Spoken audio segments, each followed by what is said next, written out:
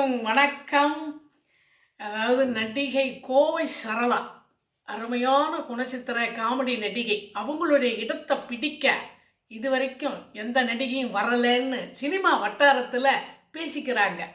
அவங்க கோயமுத்தூர்காரங்க. கோயமுத்தூர் பாஷை அதிகமாக பேசுவாங்க.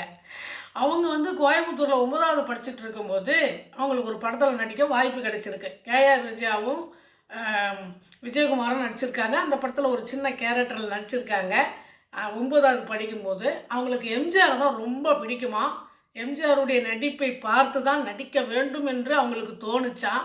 அதனால் எம்ஜிஆர் படம் நடிக்க வரும்போதெல்லாம் அவங்க நிற்பாங்களாம், பார்ப்பாங்களாம். அவங்க தங்குற இடத்த வாசல்லலாம் போய் நிற்பாங்களாம்.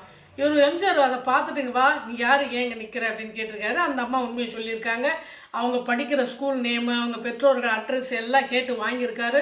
கோவை சரளா ஷாக் ஆகிட்டாங்க. எதுக்கு வாங்குறாரு, நம்மளை பற்றி ஏதாவது சொல்ல போகிறாரோன்னு பயந்துட்டாங்களாம். ஆனால் கொஞ்ச நாள் கழிச்சு எம்ஜிஆர் கிட்டேருந்து அவங்க படிக்கிற ஸ்கூலுக்கு ஒரு கடிதம் வந்திருக்கு. அந்த கடிதம் வந்ததுலேருந்து கோவை சரளாவுக்கு மிகப்பெரிய பெருமையாம். நம்மளை பற்றி நமக்கு எம்ஜிஆர் கடிதம் போட்டிருக்காரு, அதுவும் ஸ்கூலுக்கு வந்திருக்கு. எல்லாருக்கும் தெரிஞ்சு போச்சு நம்ம பெரிய ஃபேமஸ், நம்ம பெரிய ஃபேமஸ் ஆகிட்டோன்னு சொல்லி அவங்க ரொம்ப சந்தோஷப்பட்டாங்களாம்.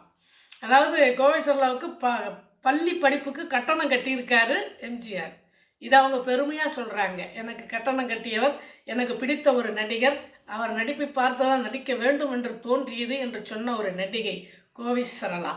இந்த வீடியோ பிடித்திருந்தால் லைக் பண்ணுங்கள், ஷேர் பண்ணுங்கள். அடுத்த வீடியோவில் சந்திப்போம்.